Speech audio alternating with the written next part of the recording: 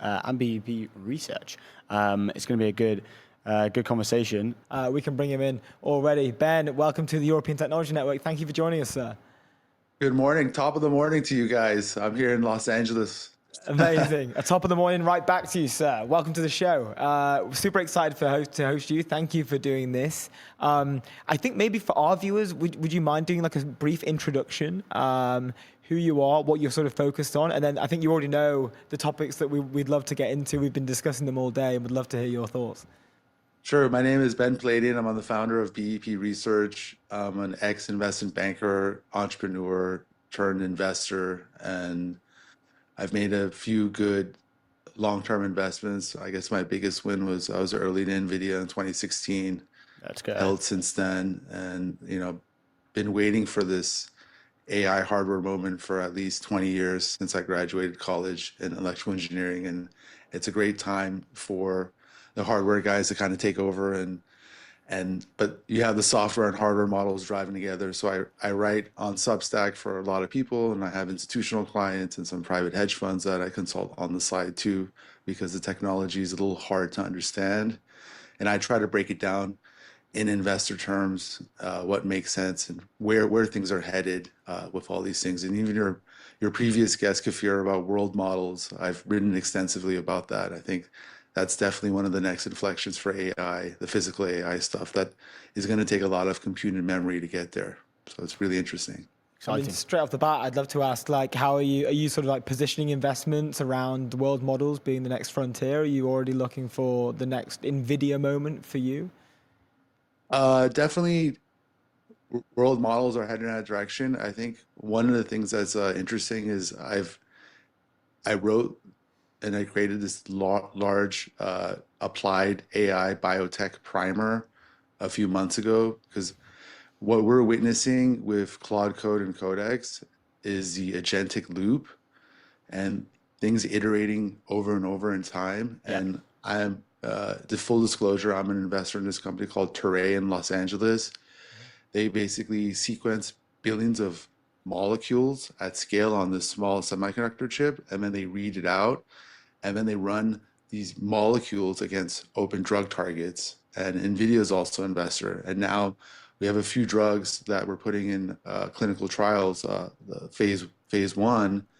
And the idea is you can take years of work and compress it down to hours with AI. So if you can do that loop, that's kind of, this is going to dovetail on what we're talking about, Demis and Isomorphic. He's trying to do that. And then now you have Jeff Dean. He named his company Loop to do that with his other Google co-founders. So I think what people are realizing is, hey, the coding assistant text, that world has been solved maybe in large part by OpenAI and Codex and Claude and its code. But like, what is the next frontier of AI? What can we do? Oh, we see the agentic flows of the robots. Can we load all this human biological data? Can we use AlphaFold? Can we use AI for good? Can we change the perception in the market that AI is like the end of the world? Can we help people live longer? Can we find diseases we couldn't find before? Can we model the human body, every organ with compute, right? Yeah. That's the idea. You didn't have that computational power 20 years ago with CPUs. Now you can do all these things. That is the inflection for AI, I think, for good. Yeah, do you think the moves from Demis then, we've said it, I've said it multiple times on the show today, right? It's, he believes AGI is close and it's now his time to go and really focus on the science. Do you think, that was the strategy behind this move, and does that make you bullish on Google? Does it kind of make you bearish, the fact that he's moved away from the CEO position and what that means internally? Yeah, would love your take on that whole thing. I'm not a trader. I have some long-term accounts of Google in it. I think it's a great company. It's very well run. They're horizontally distributed with all their products. I think it was my first time going to Google Cloud Next in April. It was this past April in Las Vegas. Huge show, a lot of developers. That's good. Many different companies. But one of the things I wrote about is there was an absence of DeepMind. Okay, they only had one seminar talk, but it didn't have a huge trade booth. It was just like it didn't. It felt like it didn't even exist for Google. They had everything else there. They even had the robots that they were making with Boston Dynamics, Yeah. but there was no DeepMind. And I was like, that's weird. Like, where is that? I'm like, okay, not a big deal, not a big deal. And then I think a few months later in May was Google I/O, right? Yeah. And that was supposed to be like this big launch. Like Google's going to catch up. Yeah. It's Yeah. going to be Yeah. at the frontier. And then Demis gets on stage, and it was like this video creator thing that he unveiled. And I don't know, I kind of left a little like underwhelmed, and it didn't seem like he was like pumped or anything. Yeah. So I was like, okay, like fine, not a big deal. And then a few months later, like Noam Sheezer and then all these other guys end up leaving Google. And I'm like, what's going on? Like, what is all this? Is Google giving more compute than love so that it's their other divisions and like Anthropic with these like TPU deals? Is this company getting so big and so wide that you have one guy who's trying to lead AI in England competing against people in Mountain View, where Google's headquartered, on the direction of what to take, where coding assistant versus world model or even the biological things that they're working on? What's happening? And I think this is sort of classical corporate America 101, where this super large company buys your startup, and there's so many layers of management and procedures that the entrepreneurial spirit of what you built before sort of dies inside the company. And yes, you get a nice title and you get paid a big salary, but because there's so many layers of management and there's different decision makers, things are like the progress gets slowed down. Because if you look at it in reality, your competition in this space is Anthropic, which, from my understanding, the only person that reports up to the CEO, Dario, is his sister. So like, it seems like it's a very flat, mission-aligned organization. And then OpenAI, right, with how they're set up. And then the new entrant that came out of nowhere is Meta with their Muse Yeah. system. Now they have a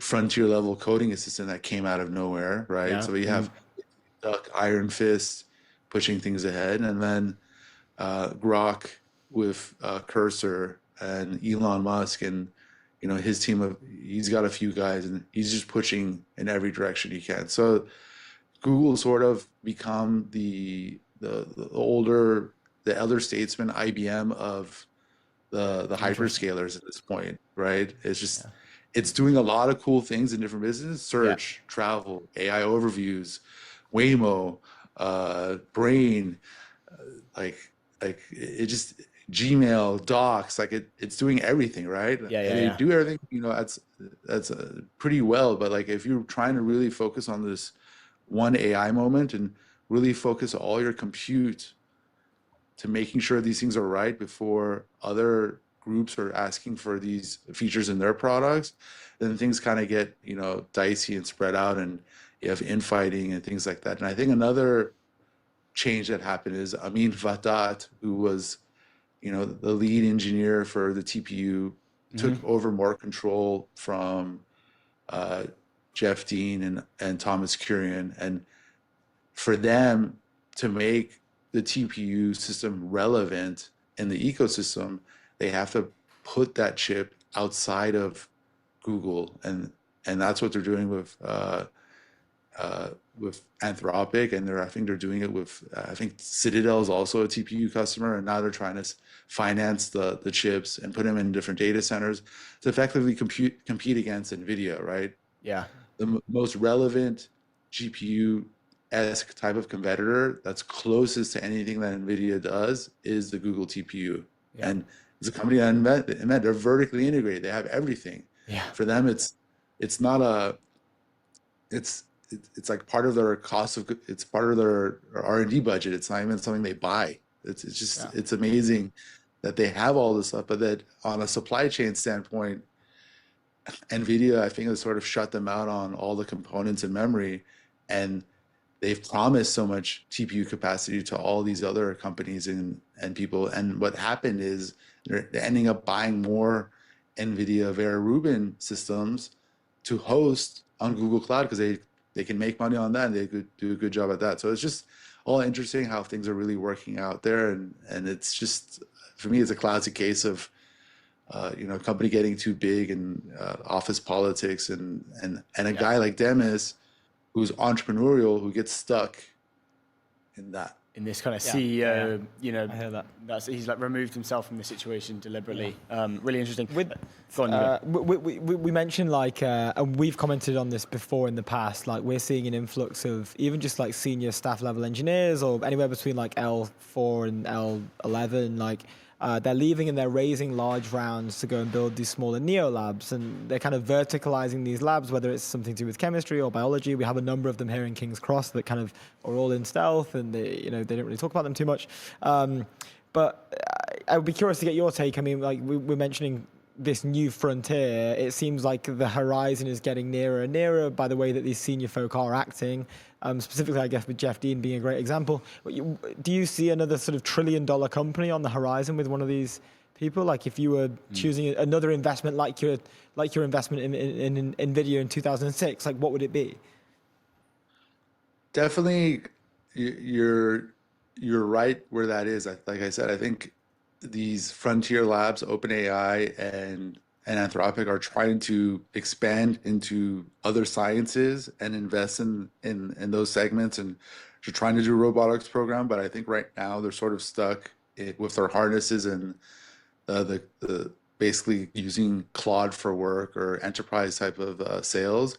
Yeah. So yes, the next inflection is a sort of world model or some sort of, figure somebody creates like an LLM for the human body, right? Every organ is sort of coded in a way where if you put in a program, which is like a drug, how does that interact in the human body, in the system, and what kind of result will you get? Can you model the human body with compute? I think that hasn't been done yet. And I think a lot of companies are trying to attack that in different ways. And from there, if you can basically unlock like the Claude Code of medicine, that itself is like another $1 trillion opportunity, in my opinion. Yeah. I completely agree. I know we are at time. Ben, thank you so much for joining us, especially on this sort of crazy day. It was probably the biggest the timeline had been shaken up in a while. We'd love to have you back. Thoroughly enjoyed the conversation. Super fascinating. Great to have you on. Thanks, guys. I appreciate it. I'll look you guys up next time I'm in London. Let's go. Yeah, dude. let's get a beer. We'd love to. All right. Cheers, Ben. Thank you. Have a good one. Cool guy. Amazing stuff. Very cool guy.